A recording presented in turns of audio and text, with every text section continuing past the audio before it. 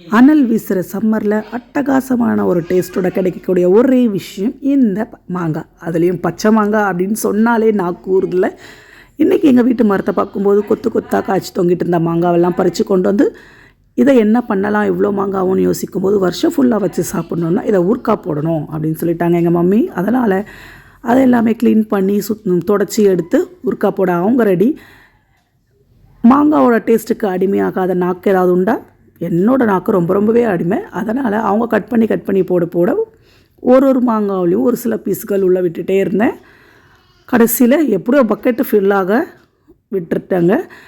இந்த மாங்காவை பற்றி ரீசெண்டாக ஒரு விஷயம் படித்தேன். இந்த மாங்காவில் வந்து காயாக இருக்கும்போது விட்டமின் சி அதிகமாக இருக்குமா, அதே பழமாகும்போது விட்டமின் ஏ வந்து ரொம்ப அதிகமாக இருக்குமா. அதுதான தான் மாங்காய் வந்து காயாக இருக்கும்போது புளிப்பாகவும் பழுக்கும்போது ஸ்வீட்டாகவும் தெரியுது.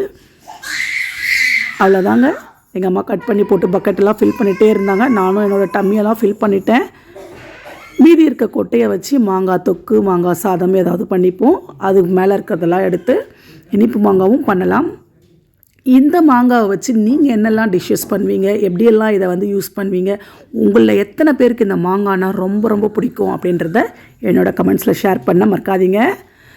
இப்போ கட் பண்ணி மாங்காவில் உப்பு மஞ்சத்தூள் போட்டு நல்லா குலுக்கிட்டு ஓவர் நைட் விட்டுட்டு நாளைக்கு காலையிலேருந்து வெயிலில் போட்டு காய வச்ச மாங்காய் வத்தலெல்லாம் ப்ரிசர்வ் பண்ணி வச்சுட்டு எப்போல்லாம் தேவையோ அப்போல்லாம் கொஞ்சமாக ஊறுக்காய் பண்ணிட்டோன்னா வருஷம் ஃபுல்லாக, அதாவது அடுத்த சம்மர் வரைக்கும் இந்த மாங்காவை எப்போ தோணுதோ அப்போல்லாம் சாப்பிட்டுக்கிட்டே இருக்கலாம். ஆல்மோஸ்ட் ஊறுக்காய் ப்ராசஸ் ரெடி. இப்போ இதை அப்படியே க்ளோஸ் பண்ணி வச்சுட்டு நாளைக்கு இந்த வீடியோ பிடிச்சிருந்தா லைக், ஷேர், சப்ஸ்கிரைப். பாய்.